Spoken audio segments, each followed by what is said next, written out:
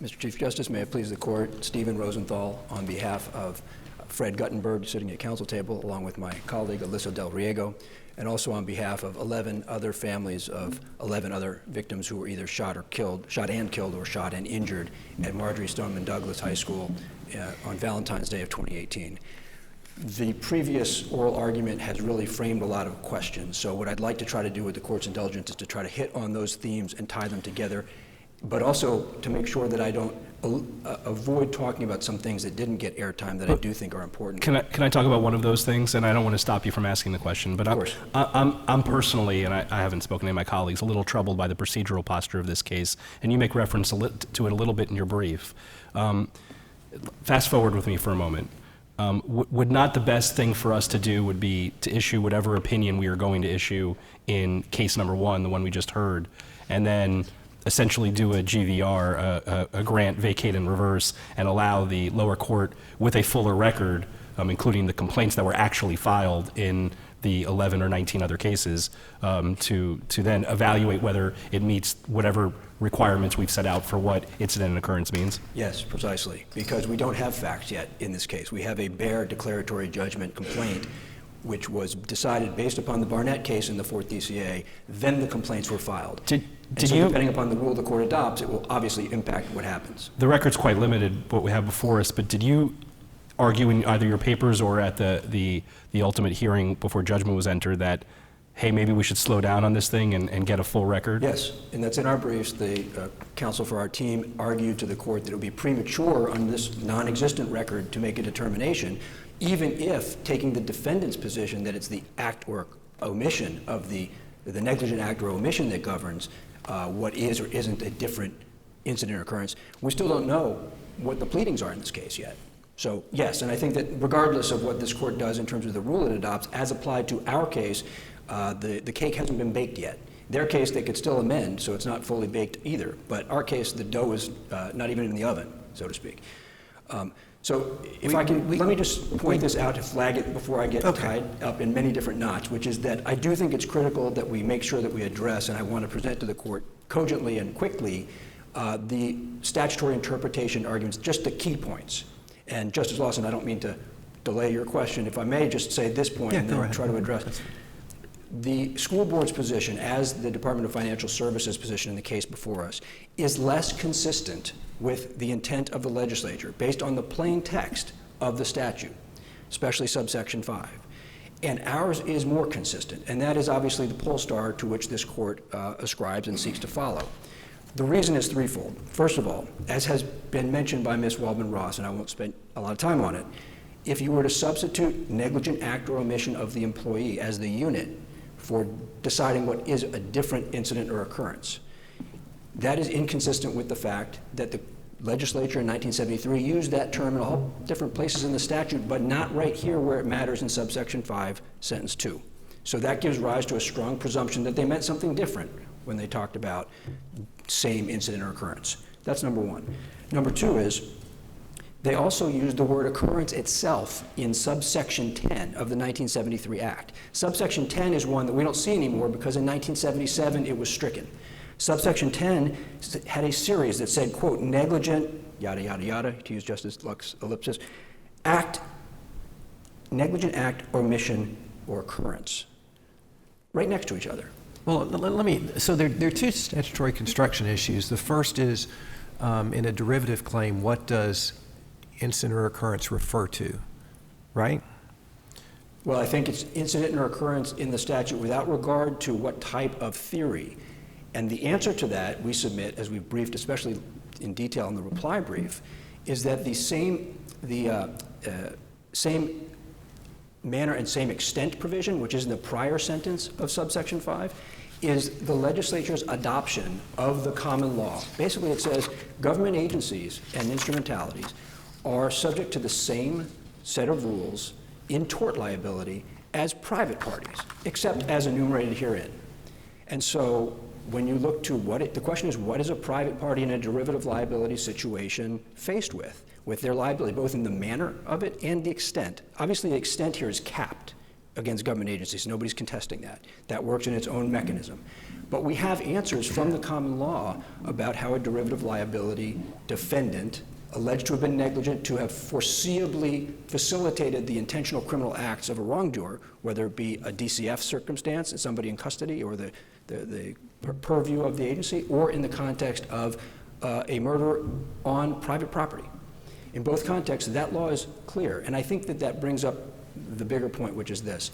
But the law you're talking about there is insurance law, correct?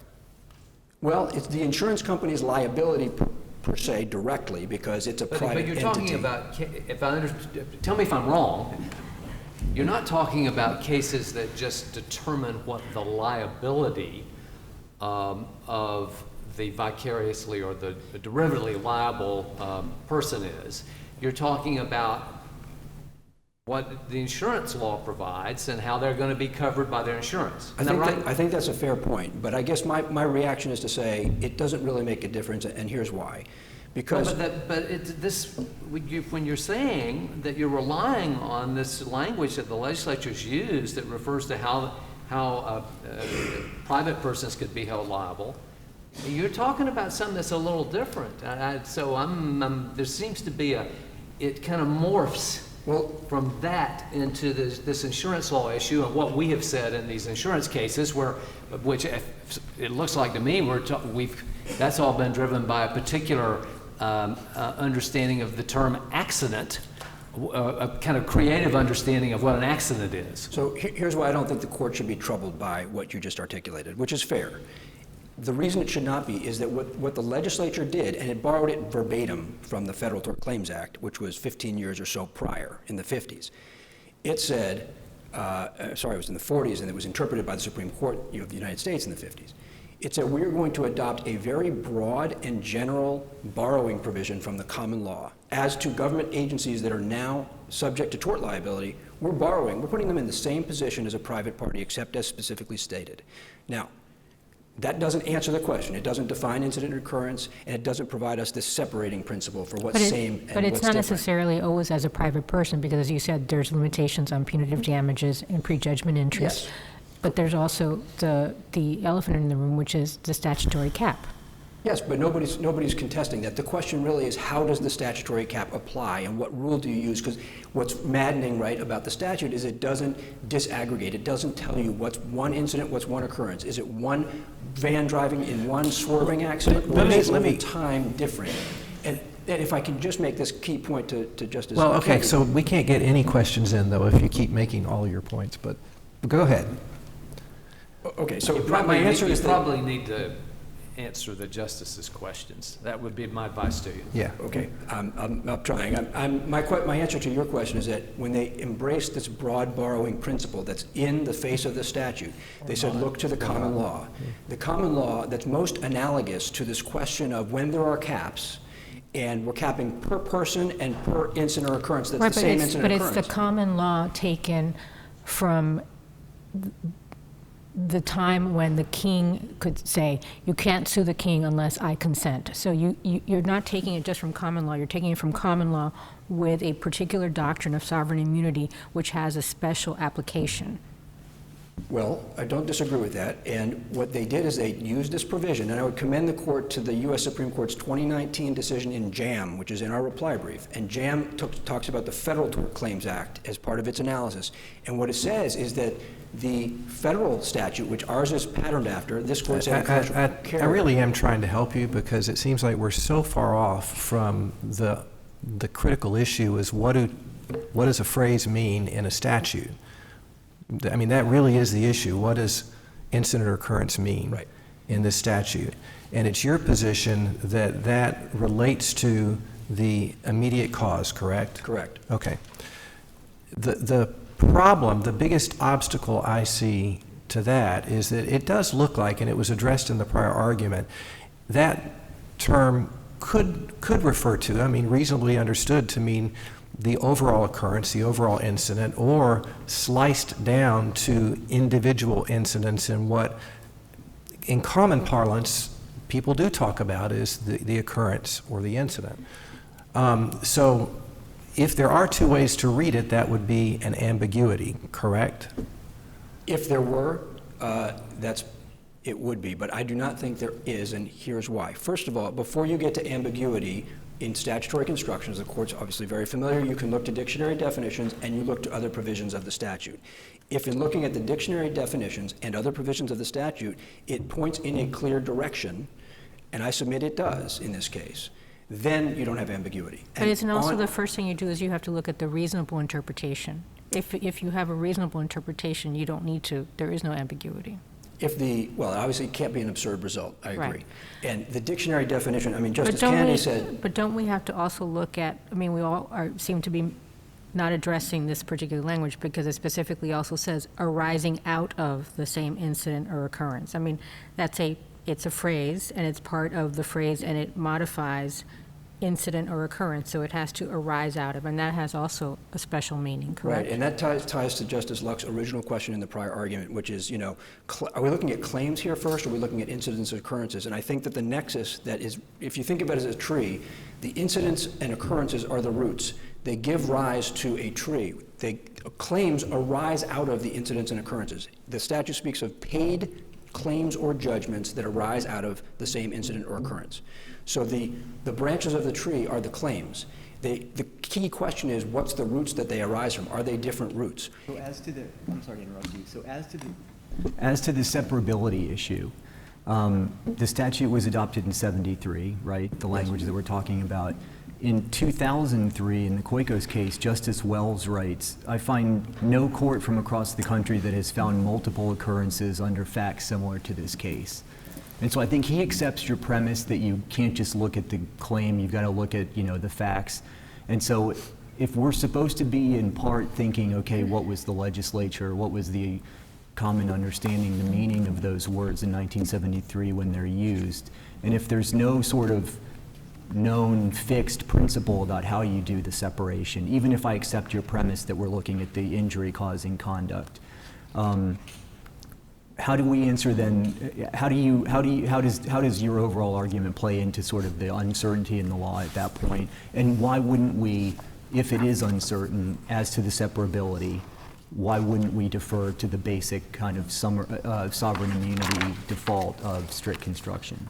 Good question. The reason is that the legislature in '73, by adopting this principle of same manner and same extent, did not adopt a fixed view of what the law is. That's evident in the generality of that borrowing provision. It's a choice of law provision. But it's a common law. But we've said, and numerous courts have said that where there's a derivation of the common law, and here it quite clearly is, that it's to be strictly construed. And that's true in this context and many other contexts where we derivate from the common law. Again, I would point you to the U.S. Supreme Court's recent decision in JM, which is so interesting on this point, because the argument there concerned a same-as provision in the FTCA and another statute, and they were using the FTCA as an example. And they said, well, Congress could have said, we're borrowing the law as of this date and freezing it in time, or we're borrowing the law with certain exceptions. But they didn't. They did a same-as provision, same as the common law, essentially. And what the U.S. Supreme Court said is that was a deliberate legislative choice. It was knowing. And it was to make, look, the common law is not a static object. It evolves as courts' wisdom imparts rules to complex human behavior. We would have to the U.S. Supreme Court can do whatever it wants with regard to federal law and its interpretation of the FTCA, but we would have to unravel, if we were to unravel the principle that a statute in derivation of the common law is not to be construed strictly, that would have to apply in many, many circumstances outside of this one, and I think could be problematic. Well, what I'm submitting to the court is that even if you don't buy my position that you never reach the strict construction principle, the language that we're talking about is to strictly construe the language of the statute. It is that first sentence of subsection 5. And I would cite, Justice Luck, you to the commercial carrier decision from this court in 1979, which said expressly that the legislature of Florida borrowed the Federal Tort Claims Act. And also this court's decision in Barrett versus Metro-Dade County. I'm struggling to understand why we would not apply that same rule of construction to the scope of the waiver. I mean, you're saying you only apply it to whether the waiver, whether there is or is not a waiver. And I can't, no? No, I agree with you, Your Honor. I think that if, look, you're reading the statute in a way that has to be faithful to the language of the statute.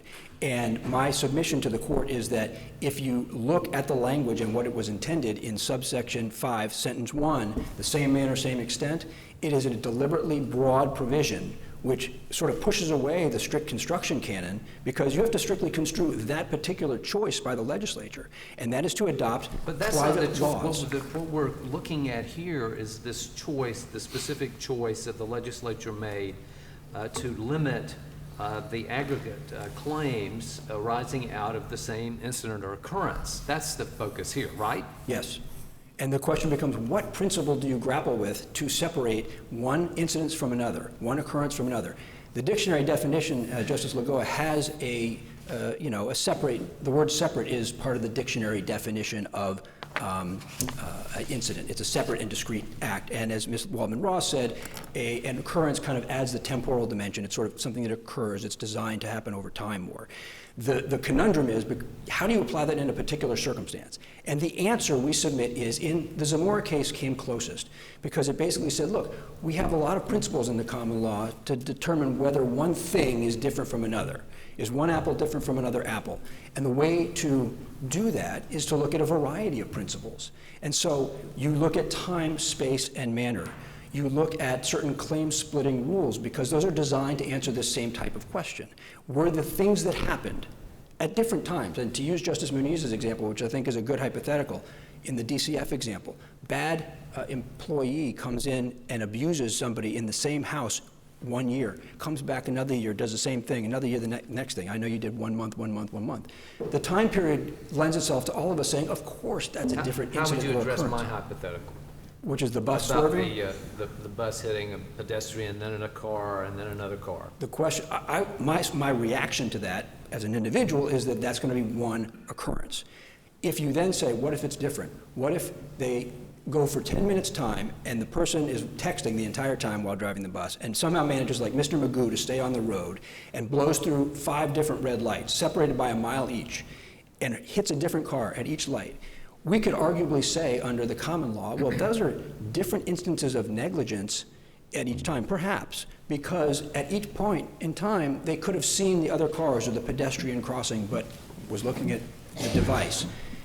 My point is simply that the common law has ways of separating incidences and occurrences. The government's suggestion, I'm into my rebuttal time, so I want to save it, is that you don't even have to get into that. You just put this big label of negligence over it, which would mean effectively that in the Parkland shooting scenario, a week later, a copycat shooter could have come into the school, had it been open, and done the same thing, and the school board would be saying, same incidence or occurrence.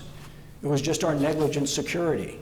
That cannot be the rule. That is imparting far too much sovereign immunity into the statute, much more than the legislature said through its borrowing provision. Look to the common law and treat us the same as a private individual.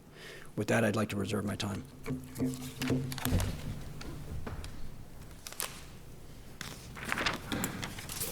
Good morning. Eugene Pettis on behalf of the School Board of Broward County. I'm from Halleck, Pettis and Schwarm here with my partner, Ms. Debbie Klauber. There have been a number of questions, but I think we need to look at the true context of the statute. This is an issue of one occurrence, one incident. We don't have the situation where it's days or weeks later. This all happened in a matter of a few minutes, where one gunman came onto the campus. We now have about 33 complaints. They're all sounding in negligence. But counsel, if different agencies acted in different negligent ways that resulted in killings of different people, how is that not separate and unique claims? For example, let me give you a hypothetical. If there is a negligence claim against the Broward Sheriff's Office for failing to provide on-site security or doing something on the date of the incident itself, versus the school board for failing to do something about the shooter in this case based on information, separate and apart from DCF, who may have been negligent for failing to intervene in the shooter's life. Those are all potentially separate claims of negligence that resulted in injury, correct? Certainly. And could those, I guess my question is, if that, and I don't know what the complaints are, that's part of my issue in the case, but if, assuming those complaints allege those separate things against separate people, could those separate claims of negligence, which sound in different theories, itself aggregate such that it's 250 for one, 250 for another, 250 for another? There are multiple Broward Sheriff's offices in virtually all of the cases, if not all of the cases that we're in. And you have Henderson Clinic and some others. While they're all sounding in negligence, there are different actions which are being alleged by them. One, the school resource officer Peterson doing what he did or did not do. Those are different facts, but they're all being found, generally in negligence. There's some unique pieces, but negligence is the underwriting incident. My concern is that that seems to be looking at a level of generality that's a bit too high for the language that's at issue here, because there could be different theories of negligence and different incidents of negligence within the same realm of occurrence. So using the bus analogy of the Chief Justice, there could be a situation where we'd all agree that there's a head-on collision for one van, and then 50 miles down the road, a head-on collision for another van, which individually causes separate incidents there. I think we'd all agree those are separate negligent acts which resulted in separate injuries, correct? Correct. And that would be, you would agree with me, I think, that it would be 250 or 200 or 300 aggregate for one, and 200 or 300 aggregate for the other. If you bring that into the context of this particular 76828 sub 5, Yes. you have, the language is clear in and of itself. It states if there's one claim that arose out of that particular occurrence or incident, then you have $200,000. If there's more than one claim, you have $300,000. The aggregate kicks in, and the aggregate controls, but the statute. But the aggregate is for the total. It says the total with all other claims or judgments. So you could have 10 claims. You could have 100 claims. But the aggregate is 300, period. Period. And the reason the aggregate is 300, because they didn't stop there in the particular statute. What they said was, if it goes beyond that, each and every one of those people, let's say it's 50 claims, hypothetically, 50 claims. But counsel, those are, the example I gave you are clearly separate incidents of negligence. And yes, there are going to be multiple people filing claims, but they're filing claims because those are very separate acts. I mean, let's take it even further. That van driver, 3 days later, happens to be somewhere else and swerves into a van, assuming the van's still operating. That's separate. So at some point you would agree with me that it becomes separate. No question. But in the context of the Marjory Stoneman Douglas case, we have a nightmare of 6 minutes, a continuous action that occurred. I appreciate, and we've gone through a lot of the scenarios of different hypotheticals, but in this particular context, our legislature looked at this and said, we don't bar any of those claimants from their right to bring a case, to get a judgment, and to seek recovery. But what we're going to do is, And you can get a judgment in excess of the cap. go to the legislature. Go to the legislature for the excess. But counsel, analogizing this to the van situation, as I understand it, and again, part of the problem is we don't know the nature of the complaints, but I suspect that some of the complaints, and we'll ask your colleague when he comes back up here, some of the complaints allege negligence that started 6 months, a year before this incident. In other words, it was a negligent act that happened far removed and at a different agency from the school board that ultimately led to this incident, separate apart from the school resource officer or what any teacher did at the time, at the day of, right? Yes, I mean, there are allegations against Henderson Clinic that's a year before us. Right. We're not here for Henderson. So how's that not the van driver, and I agree with you, but how's that not the van driver who 3 days later hit somebody? Henderson Clinic is not coming here fighting for sovereign immunity. Well, I understand that, but there may be other agencies like DCF or the sheriff's office or, and I don't know the universe, that's part of the problem here, but there may be others that do allege that there's conduct far removed from the hour or 30 minutes or however time that this incident actually happened. With regard to the period of time that we're covering, in this particular instance, and there are scenarios that we can stretch out, which I believe is why we should not be reconstructing this statute for a given scenario, because of the fact that this statute has been around for a long time, all of my legal career representing public entities. And the application, I've never heard of the derivative argument, that there's a derivative claim and somehow that's treated differently because it's someone else outside of the school board's own negligence. You're not going to find that in one particular case. You're not going to find that argument anyplace. In this context, I think it's no. Well, let's take Zamora, because Zamora is, in my mind, the clearest incidence of two separate individual actions which result in damages. So in Zamora, you have a discrimination claim which lasted for some period of time during the period of employment. You have a termination, and then you have a retaliation claim for what happened and damages arising from what happened after after there was a reporting of the discrimination.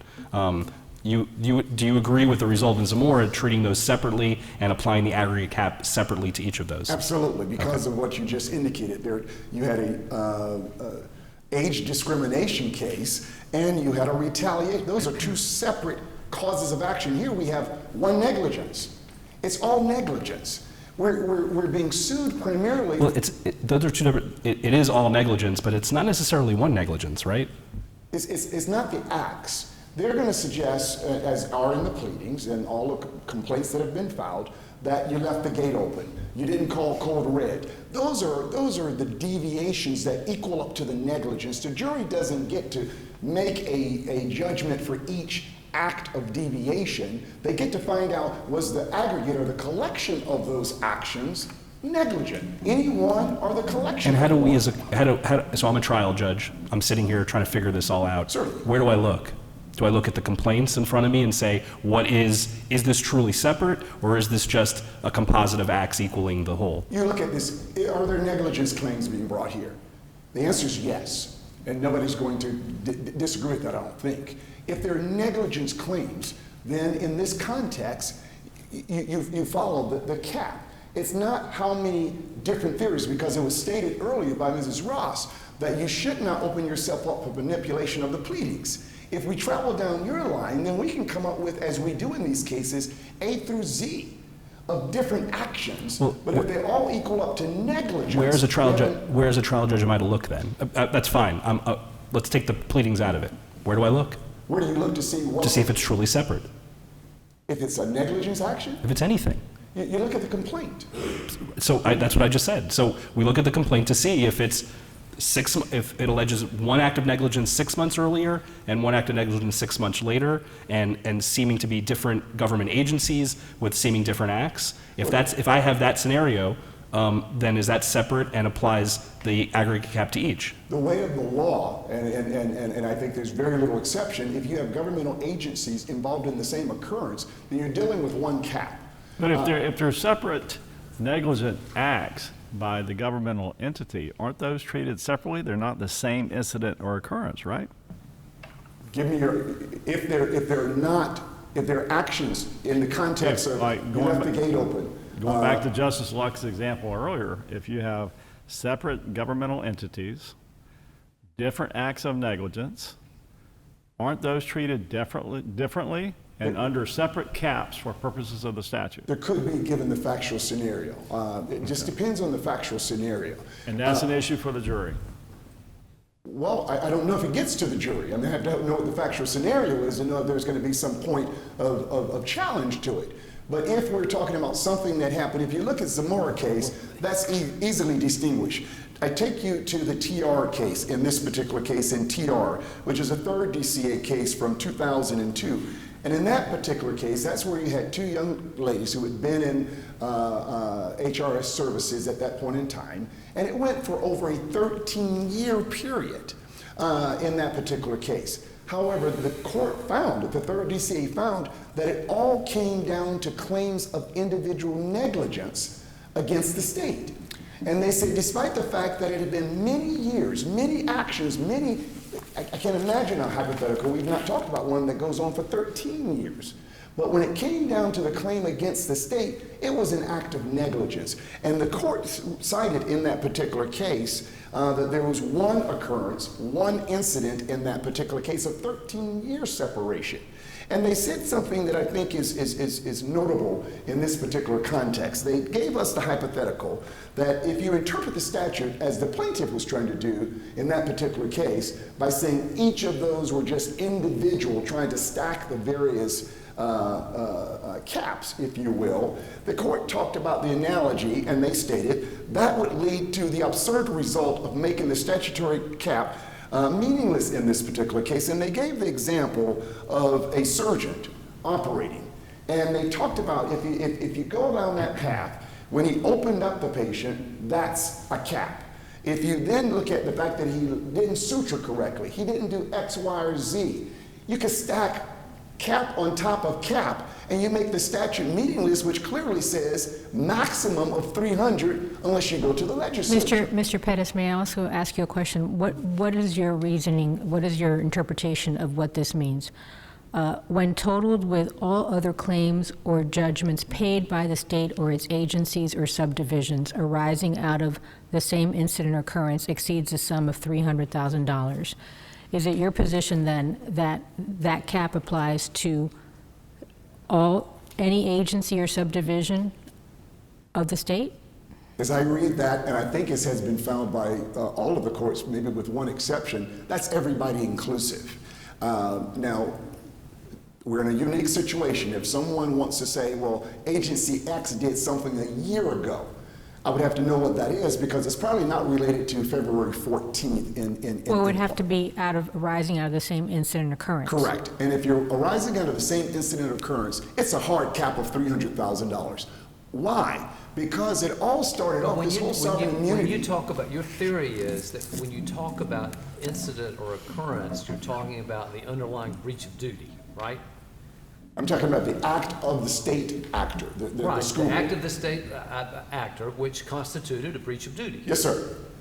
So I think the point that's been raised here is that there could be different duties that were breached in different contexts that all converged on these horrible crimes as the backdrop and cause of these horrible crimes.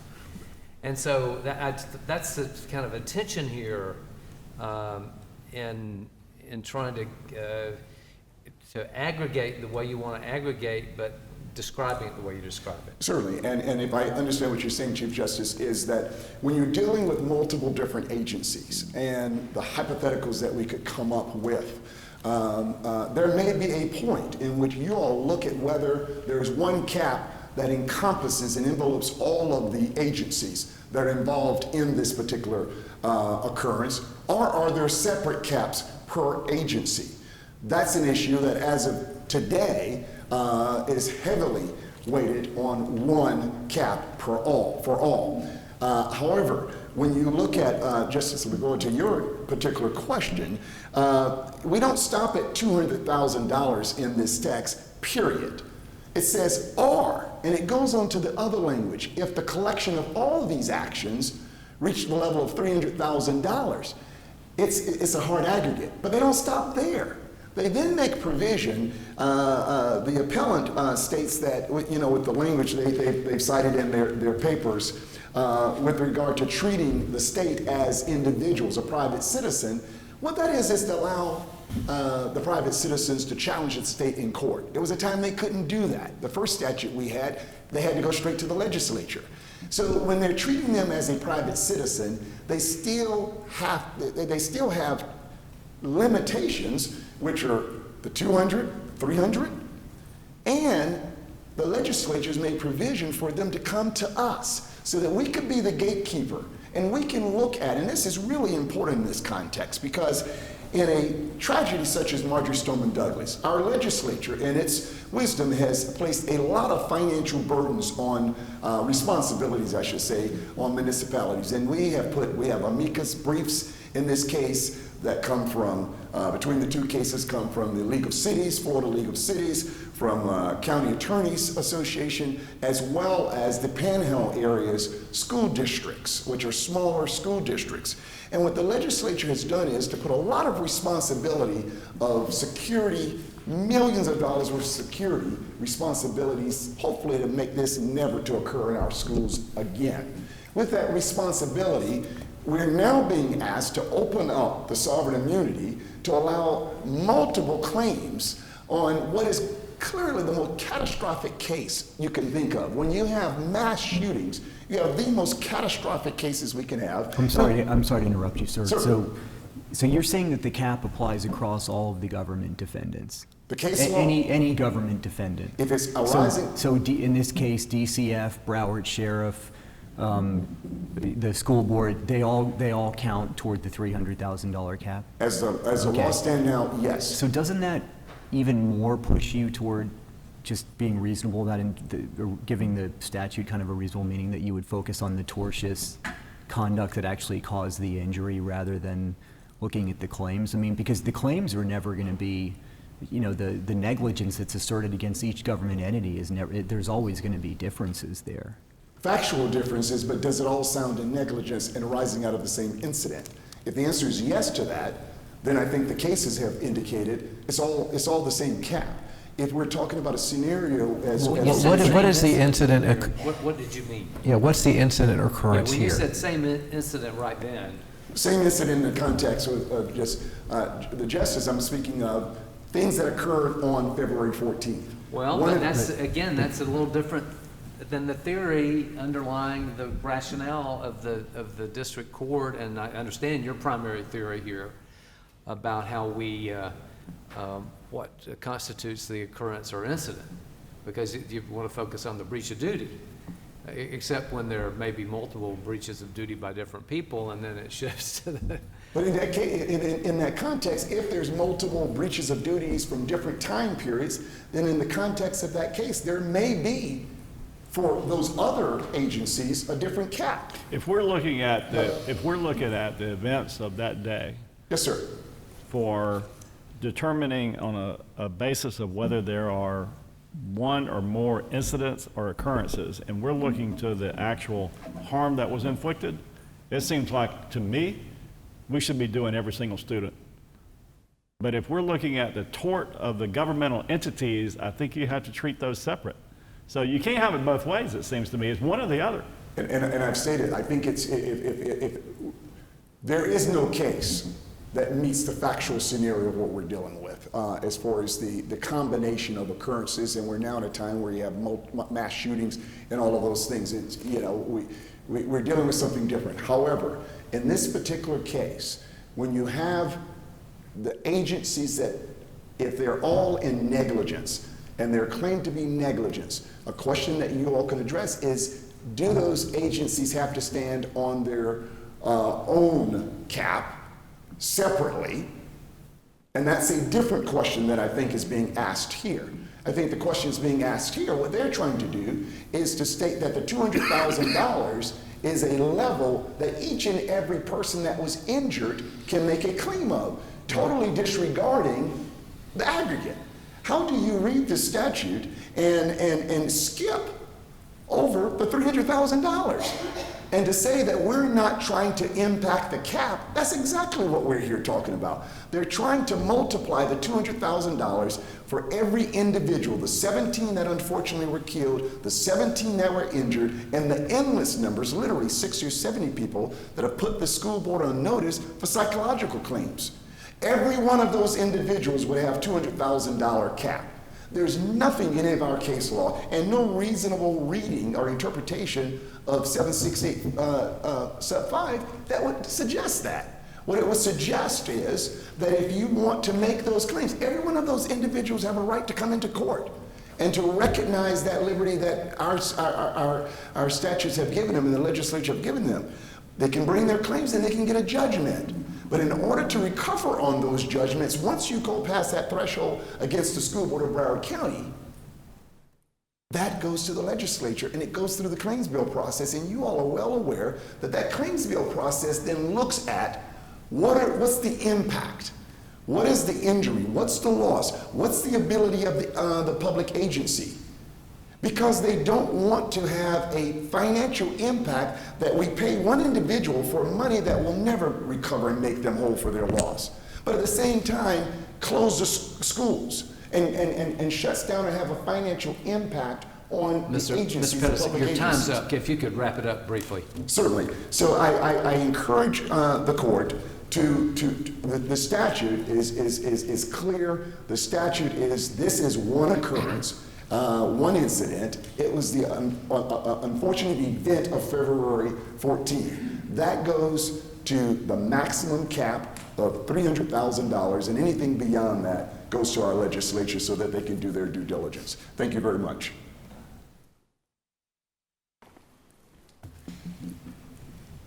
The statute talks about tort claims, as was begun at one of the arguments just now, I believe the one prior. In order to determine what is a tort claim and whether it arises from a different incident or occurrence, you have to look at the nature of the tort. To look at the nature of the tort, you have to look at the complete tort. You have to look at not just the act of negligence that may be at issue at a very high level of abstraction. You have to look at how that tort became reality.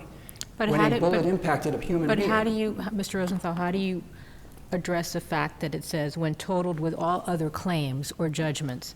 So the language implies that it's irrelevant. You're looking at the whole picture of all the claims and or judgments. Well, here's where I disagree, Okay. Justice Lagoa. It doesn't just say all claims and judgments. It says all claims and judgments arising out of the same incident or occurrence. No, I understand And that. that's, of course, but that's, you can't, I would submit, look at claims alone without looking at where the roots of the tree come from. But then this goes back to the procedural, the first question that Justice Luck asked, which is, we don't really know what the procedural posture is right now of this case. Well, that's correct, and why, frankly, I feel like it puts us in an unreasonable position to be talking about claims and complaints that are not part of this record at all. There will be, and since the preview has been made, different allegations of negligence by different government entities at different times affecting different kids differently. Those who are on the third floor, those who are on the first floor. There was a time interval. But you agree that the Barnett case is procedurally prepared for an opinion? Oh, I do, yes. And the third DCA in that TR case, we submit, got off the tracks because it looked only at claims. The hypothetical that Mr. Pettis repeated from that decision says, what if at Jackson Memorial Hospital, for example, in Miami, the surgeon does a bunch of things wrong during the course of one operation. And then somebody can make a claim they did that wrong, they did that wrong, they did that wrong. Each one of those is a separate cap. And I say that's wrong too. And it's in our brief as well. The reason it's wrong is it's not looking at the complete tort. The complete tort says you have to have a proximate cause of a separately identifiable injury. Otherwise, that's all one medical malpractice case. Okay? There are ways in the common law to segregate and separate different torts, and that, we submit, is the proper focus based upon the language of the statute. It's interesting, because I know there's some... Can I just ask one quick question? What was the summary judgment here? Did the court say that the school board's cap was $300,000?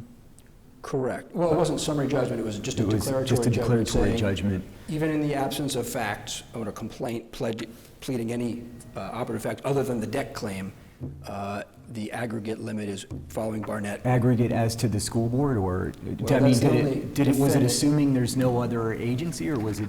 It didn't say. It didn't say, and so we're in a fog on that. We would just submit that the language, and I apologize for going over it. Yeah, just wrap it up. Okay. The language that the statute uses about individual caps and aggregate caps, the only analog I have been able to find searching the common law that does something like that is insurance law. So that is an appropriate place for the court to look for the appropriate rule of decision. Thank you for your time. We thank you both for your arguments. The court will now stand in recess. All rise.